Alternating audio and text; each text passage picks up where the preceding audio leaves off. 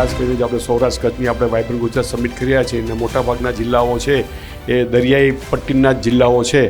તો એક સારો એક કોરિડોર, એક સારી એક ઇકોનોમી જે ખાસ આના ઉપર જ આધારિત હોય કે માછીમારી સાથે સંકળાયેલા છે, એના શું પ્રશ્નો છે, પ્રદૂષણના પ્રશ્નો છે, દરિયાઈ તાપમાન વધે છે, કોરલ છે નુકસાન થાય છે, અને આને સાથે સંકળાયેલા કયા કયા ઉદ્યોગો છે, શું પોટેન્શિયલ છે, એક સારો આ બેલ્ટમાં નવો ક્ષેત્ર ખુલે મને પ્રયાસ કરશું.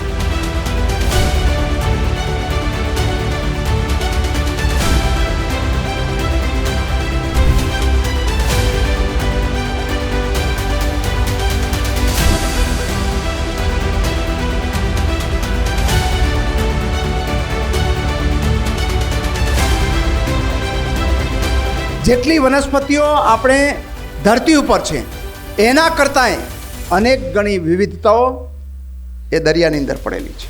એને એક્સપ્લોરેશન આપણે કરવું જોઈએ ને એના માટે થઈ અને આપણી પાસે ઘણી બધી સંભાવનાઓની સાથે એને એક્સપ્લોર કરવા માટેના આપણી પાસે અનેક પ્રકારના ઓર્ગેનાઇઝેશન સરકાર પાસે પણ છે.